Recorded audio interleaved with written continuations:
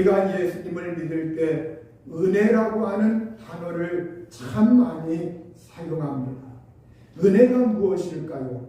이 은혜는 하나님의 관대한 호의를 말합니다. 하나님의 관대한 호의, 하나님이 우리 사람들을 좋아하시고 사랑하시고 하나님께서 우리 사람들이 좋으셔서 그분께서 우리에게 베풀어 주시는 하나님의 관대한 호의를 말합니다. 하나님이 공짜로 주시는 선물을 은혜라고 합니다.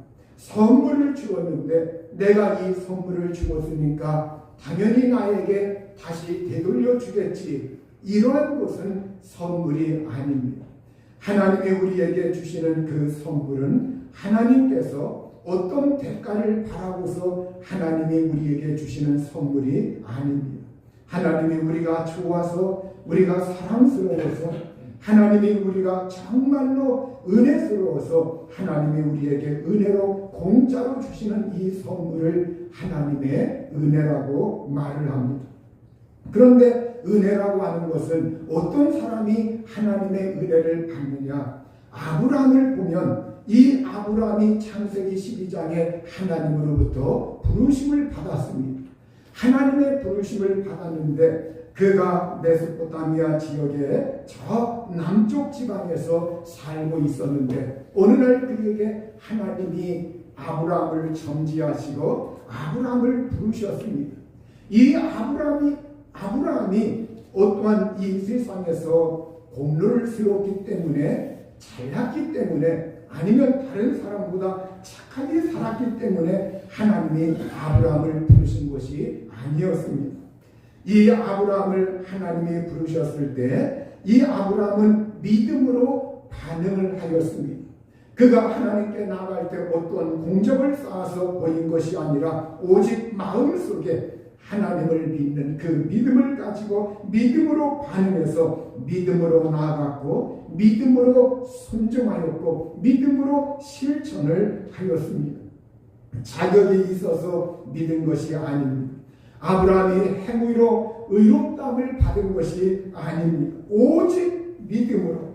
은혜는 아무 받을 자격이 없는 사람에게 하나님께서 보이시는 하나님의 호의요, 하나님이 베풀어 주시는 하나님의 사랑이요, 돌보심이요, 하나님의 관심입니다.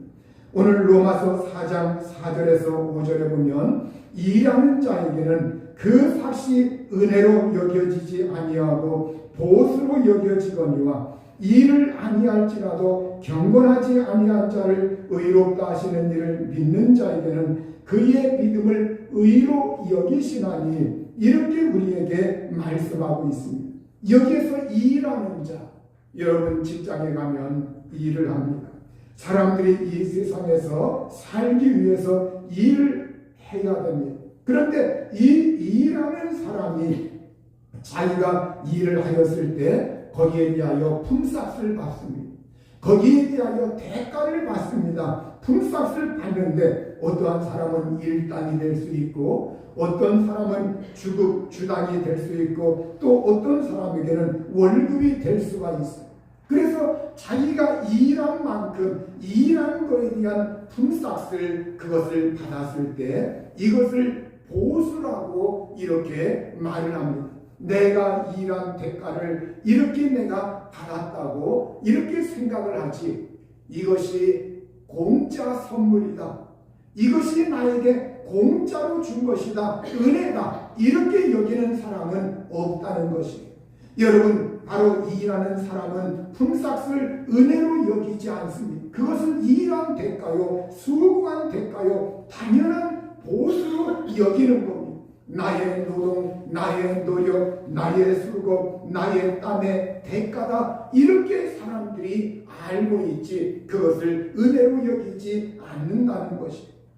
그런데 일한 것이 없는데 수고하지 않았는데 땀 흘리지 않았는데 그런데 하나님께서 우리에게 베풀어 주시는 은혜가 있다는 거예요.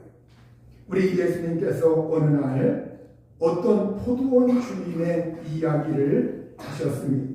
이 포도원 주인이 자기 포도원을 보니까 일꾼들이 필요해서 일꾼을 고용하려고 아주 이른 아침에 집을 나서서 일꾼들을 찾아보았습니다.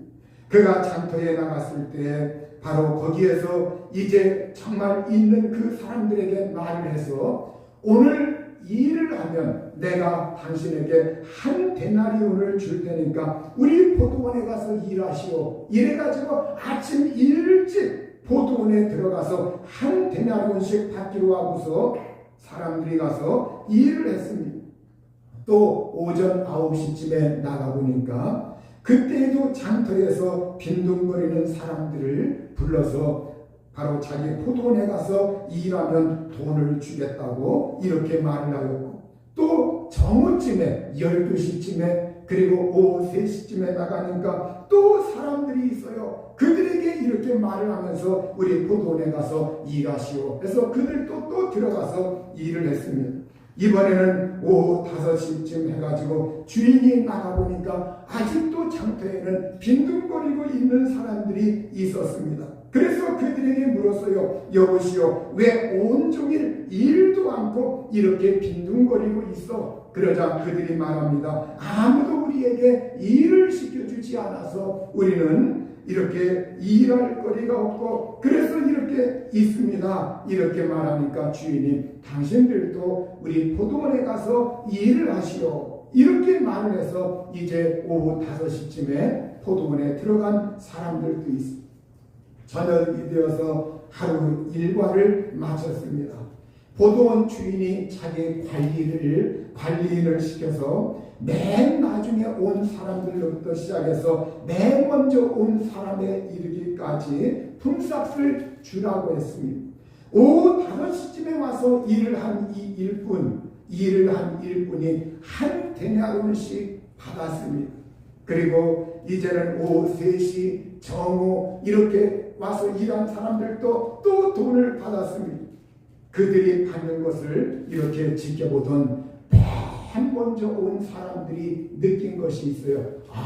이 주인을 보니까 맨 나중에 오후 5시에 와가지고 1시간밖에 일하지 않았는데 그들에게 한 데나리온씩 주는 거예요.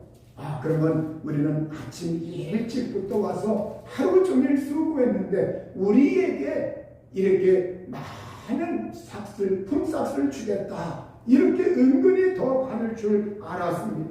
그런데 정작 관리인이 와서 돈을 주는데 한 데나리온만 주는 거예요.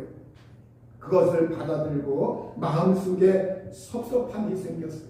원망이 생겼습니다. 투덜거렸습니다. 아니 마지막에 온 이 사람들은 1시간밖에 일하지 않았는데 찌는 더위 속에서 온종일 수고한 우리를 이렇게 대우해도 되겠습니까? 그러면서 원망하고 투덜거렸습니다.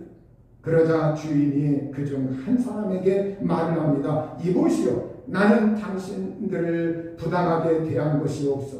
당신들은 나와 한 데나리온 일을 하면 한 데나리온 받기로 이렇게 약속하지 않았어. 당신의 품삯이나 받아가지고 돌아가시오. 당신들에게 주는 것과 똑같이 이 마지막 사람들에게 주는 것, 이것이 바로 내 뜻이요, 내 것을 가지고 내 뜻대로 할 수 없다는 말이요. 내가 후하기 때문에 당신들이 그것이 당신들 눈에 거슬리는 것이요, 내가 선악으로 여러분이 악하게 보는 겁니까? 이렇게 말을 하셨어요. 그러면서 성경은 예수님께서 마태복음 20장 16절에 이와 같이 나중된 자로서 먼저 되고 먼저 된 자로서 나중되리라, 이렇게 예수님이 말씀을 하셨습니다. 이와 같이 꼴찌들이 첫째가 되고 첫째가 꼴찌가 될 것이다, 이렇게 말을 하셨습니다. 여러분, 여기에서 은혜가 무엇인가를 우리에게 예수님은 알려주고 있습니다. 오전에 일찍 이른 아침에 나와서 하루 종일 수고한 사람들, 이 사람들이야말로 가장 일을 많이 하였고 땀을 가장 많이 하였고, 정말로 일한 그 분량이라고 하는 것은 오후에 와서 일한 사람들과 비교가 되지 않습니다. 그것도 오후 5시에 와서 일한 사람과 자기들은 이른 아침에 와서 하루 종일 그렇게 떼어쳐서 일을 하였는데 바로 이 이른 아침에 와서 일한 사람들 한 데나리온만 받았는데 그런데 바로 나중은 사람들이 후하게 받는 것을 보고서 그 마음속에 원망이 생겼고 불평이 생겼고 섭섭함이 생겨난 겁니다. 바로 여기에서 은혜라고 하는 것을 깨닫지 못한 사람들, 은혜를 은혜로 여기지 못하게 된 사람들이 누구냐? 가장 많이 수고한 사람들, 가장 많이 일찍 와서 일한 사람들, 이 사람들이야말로 그날 죽도록 일을 하고 나서도 은혜를 은혜되게 깨닫지 못했습니다.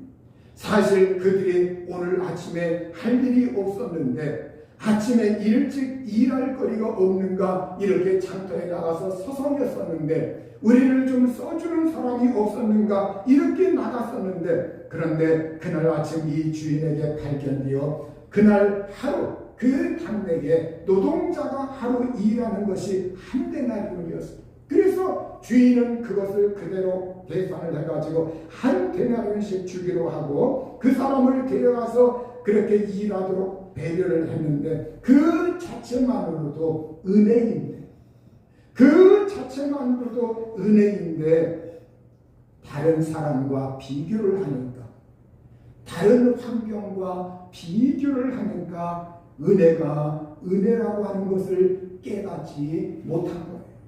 여러분들 오늘 우리가 이 세상에서 우리 예수님 믿는 사람들도 우리가 이 세상에서 내가 주님을 믿을 때 이 세상에서 나만 보고 하나님만 보면 은혜를 깨닫겠는데 그런데 다른 사람들과 다른 환경들과 비교해 보면 하나님의 은혜를 하나님의 은혜인지 알지 못하는 그러한 경우가 많이 생겨나게 됩니다.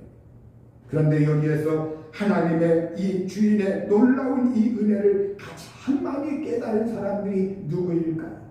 오후 5시에 맨 나중에 와가지고 1시간밖에 일하지 않았는데 그날 일당을 다 쳐서 후하게 받았어요. 여러분 바로 이 마지막에 와서 일한 사람들 이 주인이야말로 정말로 참 좋은 주인이구나, 친절한 주인이구나, 이렇게 좋은 주인은 내가 이 세상에서 처음 만나보겠다. 조금밖에 하지 않았는데 일한 것이 없는데 아무 자격이 없는데 그날 하루 일당 다 쳐서 자기들에게 주었고 얼마나 감사한 일입니까? 바로 이 일이야말로 이 주인의 은혜를 정말로 많이 받았고 깨달은 사람들이라고 볼 수가 있어요.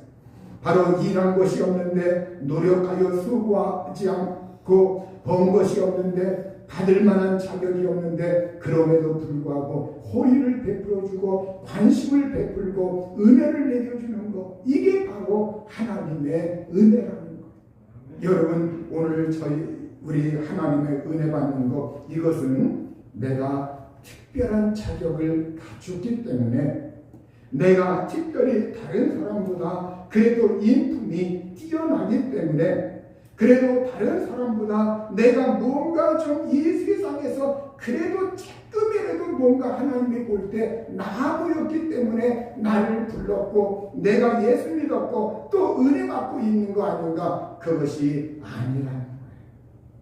하나님의 은혜라고 하는 것은 아무 자격이 없는 그 사람에게 하나님이 주시는 것, 이것이 하나님의 은혜라는 거예요. 여러분 우리가 바로 큰 경기가 있을 때 금메달, 은메달, 동메달 리스트 이러한 사람들을 보세요.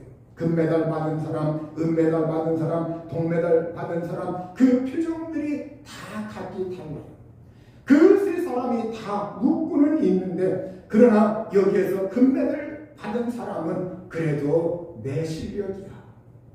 내가 그래도 너희들보다 뛰어나서 그러면서 그 금메달 받은 사람은 당연하게 생각을 할 수가 있어요. 내가 이것 때문에 얼마나 노력을 많이 했는데 내가 정말로 잠도 안 자고 피땀 흘리면서 그렇게 많이 열심히 고군분투하면서 노력한 대가야. 그러면서 자기 실력이라고 하는 거, 이걸 자타가 공인하는 이 실력이 증명됐다고 하면서 거기에 대해서 생각을 하고 있어요. 그런데 은메달 받은 사람과 동메달 받은 사람은 조금 차이가 있어요. 은메달 받은 사람은 그가 웃기는 웃는데 그 표정이 같지가 않습니다.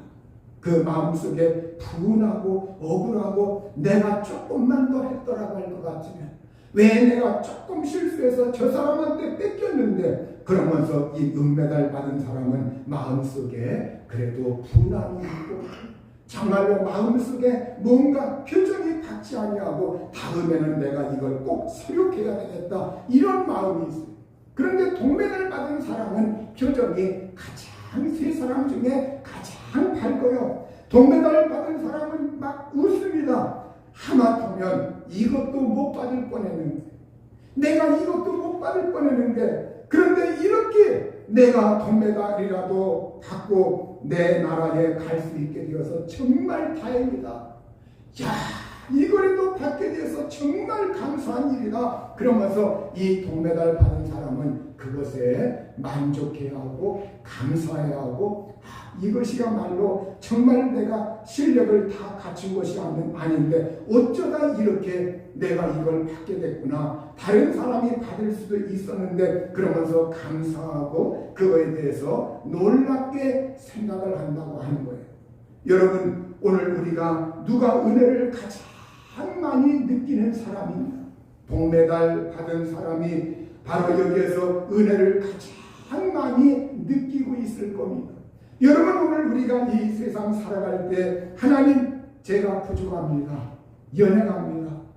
하나님, 제가 이 세상에서 자격이 없습니다. 그럼에도 불구하고 하나님께서 저에게 하나님의 놀라우신 은혜와 하나님의 복과 하나님의 놀라우신 은총으로 내게 내려주시니 감사합니다. 그러면서 우리가 정말 이 동메달 받은 사람 마냥 하나님 앞에서 우리의 마음을 하나님께 합하고 하나님을 향하는 사람들이 되어야 합니다.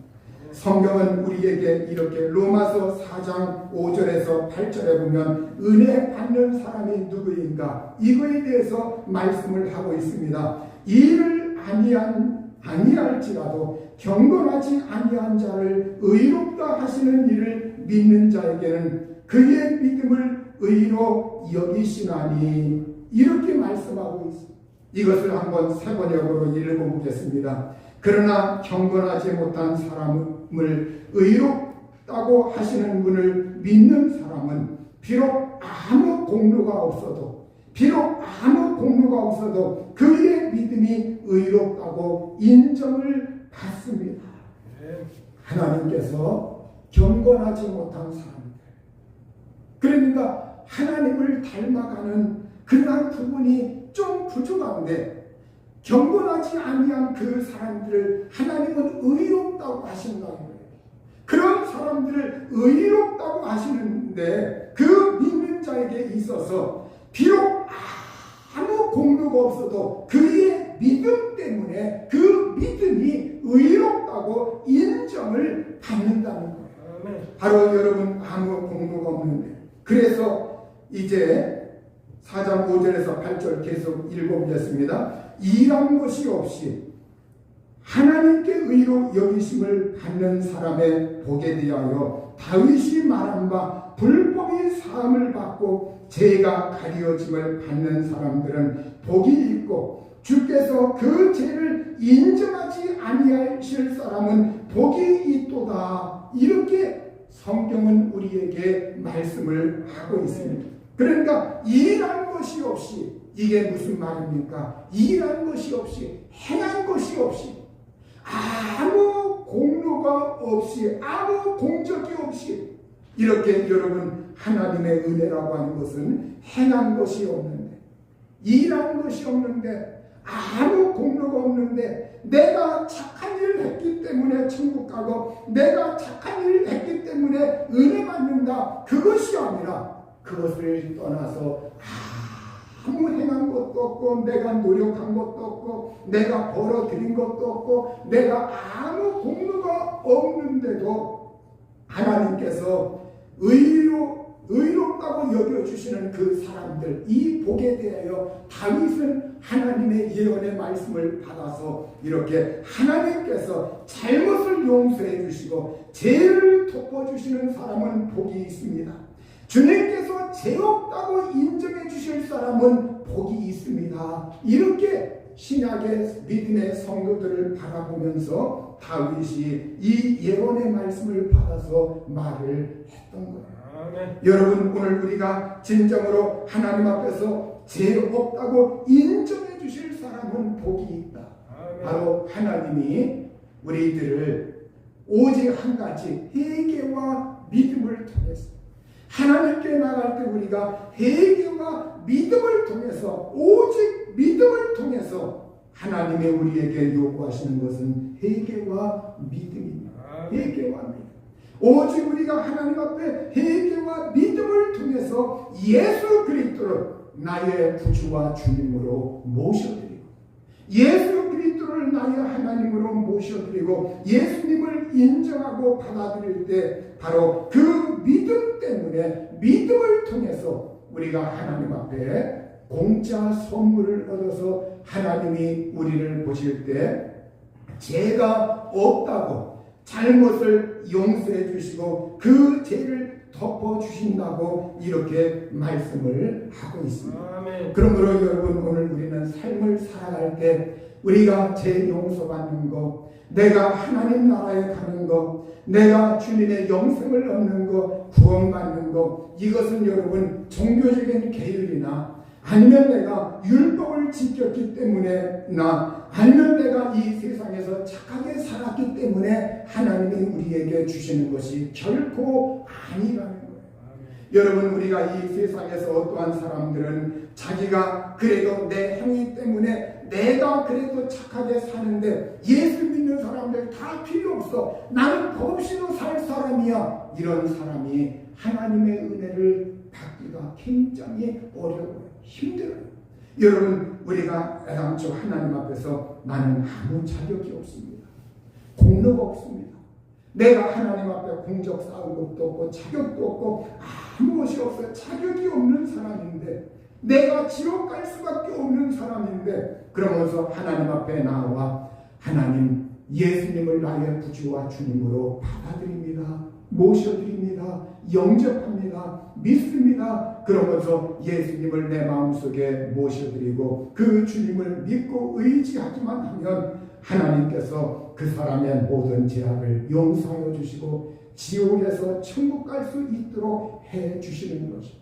이게 바로 하나님의 은혜라는 거예요. 그래서 우리 예수님 믿는 사람들은 이미 믿음의 생활을 할 때 죄 용서 받은 상태에서 하나님의 은혜를 받은 상태에서 죄 용서 받은 그 상태에서 우리가 하나님 앞에 신앙생활하고 나아가는 줄 믿습니다. 아멘. 성경은 시편 145편 8절에서 9절에 보면 여호와는 은혜로우시며 긍휼이 많으시며 노하기를 더디하시며 인자하심이 크시도다. 여호와께서는 모든 것을 선대하시며 그 지으신 모든 것에 긍휼을 베푸시는. 여러분, 여호와 하나님, 구약의 여호와 하나님을 대개 사람들이 두렵고 떨리고 가까이 하기에는 멀고 먼 당신, 이 정도로 알려고 해요. 그러나 여호와 하나님을 정말 잘 깊이 새기고 알고 친밀해지면 여호와 하나님이야말로 얼마나 은혜로우시고 좋으시고 사랑이 많으시고 인자하시고 긍휼이 많으시고 우리를 그토록 사랑하셔서 독생자 예수 그리스도를 주셔서 희생시켜 그 예수 그리스도의 피로 우리의 죄를 사하시고 덮어주시고 용서하시고 천국까지 데려갈 수 있도록 하시는 그 여호와 하나님이야말로 진정으로 은혜로운 하나님이요 사랑이 많으신 하나님이요 긍휼이 많으신 하나님인 줄 믿습니다. 아멘. 오늘 우리는 그 하나님을 믿고 살고 있어요. 자, 그러면 여러분, 오늘 우리가 이렇게 하나님이 은혜 주시기를 후하시고 은혜에 후하신 하나님인데 그래서 오늘 저와 여러분이 이제는 우리가 영원한 문제, 죄의 문제, 천국 가느냐 지옥 가느냐 이 문제를 우리가 궁극적으로 예수님을 통해서 그리고 믿음을 통해서 해결을 받았습니다. 이제는 우리의 실생활, 이렇게 큰 은혜를 주신 하나님이 우리의 실생활 가운데 우리가 하나님 앞에 나아가서 하나님 도와주세요, 하나님 붙잡아 주세요, 하나님 긍휼히 여겨주세요, 하나님 치료해 주세요, 하나님 나에게 복을 주세요, 이런 은혜를 왜 하나님께서 안 베풀어 주시겠느냐 이 말. 여러분, 우리 하나님께서 그러한 것에도 우리의 실생활 가운데서도 은혜를 주시기를 원하시는 하나님인 걸 우리가 믿어야 합니다. 그래서 성경은 히브리서 4장 14절에서 16절에 보면 그러므로 우리에게 큰 대제사장이 계시니 성천하신 이 곧 하나님의 아들 예수시라. 우리가 믿는 돌이 신앙 고백을 굳게 잡을지어다. 우리에게 있는 대제사장은 우리의 연약함을 동정하지 못하실 리가 아니요 모든 일에 우리와 똑같이 시험을 받으신 이로되 죄는 없으시니라. 그러므로 우리는 긍휼하심을 받고 때를 따라 돕는 은혜를 얻기 위하여 은혜의 보좌 앞에 담대히 나아갈 것이니라. 이렇게 말씀을 하고 있습니다. 여러분, 우리 대제사장이신 예수님, 그분은 이제 정말 우리들을 위해서 우리의 연약함을 치유하지 못하시는 분이 아니요 우리의 연약함을 긍휼히 동정하지 못하시는 분이 아니다. 그분은 우리의 긍휼하심을 보고 치유하시는 분이요 동정하시는 분이요 긍휼히 여기시는 분이라는 거예요. 우리 연약함, 여러분, 우리 연약함이 참 많아요. 이 세상에서 살아갈 때 마음의 연약함, 육신의 연약함, 그리고 삶의 연약함, 또 신의 연약함, 이 세상에서 우리가 이 세상 살아갈 때 그 연약함이 굉장히 많아요. 경제적인 연약함도 있고 많습니다. 그런데 그 연약함을 우리 주님께서 아시고 있고 동정하고 있고, 그리고 정말 시험 받으신 그 주님께서 우리의 그 곤란한 문제, 이 모든 것을 하나님은 어떻게 하시느냐, 우리가 긍휼하심을 받고 때를 따라 제때에 주시는 이 하나님의 은혜를 받기 위해서 그분 앞에 나아가는 사람들, 그 사람들에게 은혜를 내려주신다고 말씀하고 있어요. 그래서 오늘 여러분, 저와 여러분은 우리가 성경 말씀을 금년에 여러분이 자꾸 펴셔야 합니다. 성경 말씀을 읽으셔야 합니다. 성경 말씀을 묵상하셔야 합니다. 이 성경 말씀이 여러분 동거함과 관계가 있어요. 여러분 영혼의 관계가 있습니다. 여러분의 삶에 관계가 있습니다. 이 말씀을 읽고 묵상하고 이 말씀을 자원으로 삼으셔야 합니다. 저는 초등학교 때 이 성경책을 샀어요. 서점에 가서 성경책 사가지고 초등학교 4학년 때부터 창세기, 마태복음 읽기 시작했어요. 그래서 이미 중고등부 때 이미 상당수를 다독을 했어요. 그래가지고 제가 고등학교 졸업할 무렵 해가지고는 한 2~30도 된 것 같아요. 여러분, 이 성경 말씀, 그래서 이 성경 말씀 대하면, 성경 말씀 대할 때 하나님 말씀, 하나님 대하듯이, 하나님 뵙고 하나님 대하듯이.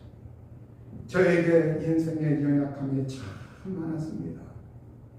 병으로 인해서 육체적인 연약함, 경제적으로 인해서 제가 진로의 문제를 놓고 고심할 때 그 연약함, 여러 인생의 연약함, 또 목회하면서 연약함, 지금까지 살아오면서 연약함. 그런데 뒤돌아보면 고비마다 그 연약함 가운데서 하나님이 은혜를 베푸시고 하나님이 도우시고 하나님이 함께 하셨어요. 수없이 하나님이 함께 하셨어요. 나의 어떠한 공로나 나의 어떠한 똑똑함이나 나의 어떠한 잘난 것이나 어떠한 나의 자격이나 이것이 없어요. 하나님이 그 순간순간마다 붙들어 주셨고 인도해 주셨고 붙잡아 주셨고 하나님이 함께 하셨고, 어떤 경우에는 풍성한 것 같지 않은데도 부족함이 없이 하나님이 공급하시고, 그래서 정말 하나님은 정말 그분의 그분의 긍휼을 구하는 자, 그분의 은혜를 구하는 자, 그분의 도우심을 구하는 자, 그분의 정말 은총이 내게 임하길 원하는 자, 하나님은 그러한 사람을 결코 외면하지 않으십니다. 제가 병들어 아플 때에도 그때도 정말 하루에 막 3시간, 4시간씩 기도를 했어요. 방언했어요. 하나님, 그러면서 그 방언 기도로 이 연약함을 막 물리치고, 그러면서 원수마귀의 세력을 물리치고, 그러면서 하나님의 놀라우신 능력이 저를 붙들어 주었어요. 하나님이 나와 함께 하셨어요. 여러분, 오늘 우리가 성경은 고린도후서 6장 1절에서 2절에 보면 우리가 하나님과 함께 일하는 자로서 너희를 권하노니 하나님의 은혜를 헛되이 받지 말라. 이르시되 내가 은혜 베풀 때에 너에게 듣고 구원의 날에 너를 도왔다 하였으니 보라 지금은 은혜 받을 만한 때요 보라 지금은 구원의 날이로다.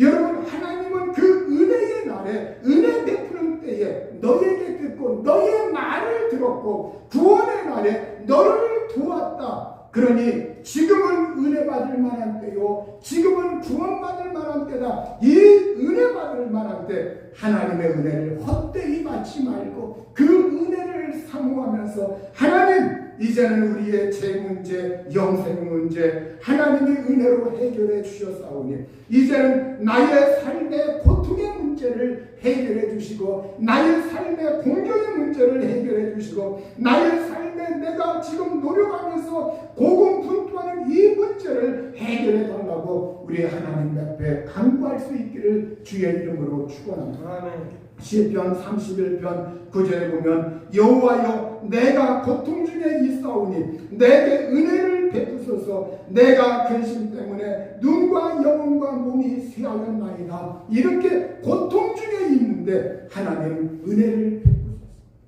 우리가 연약함이 있을 때 고통 중에 있습니다.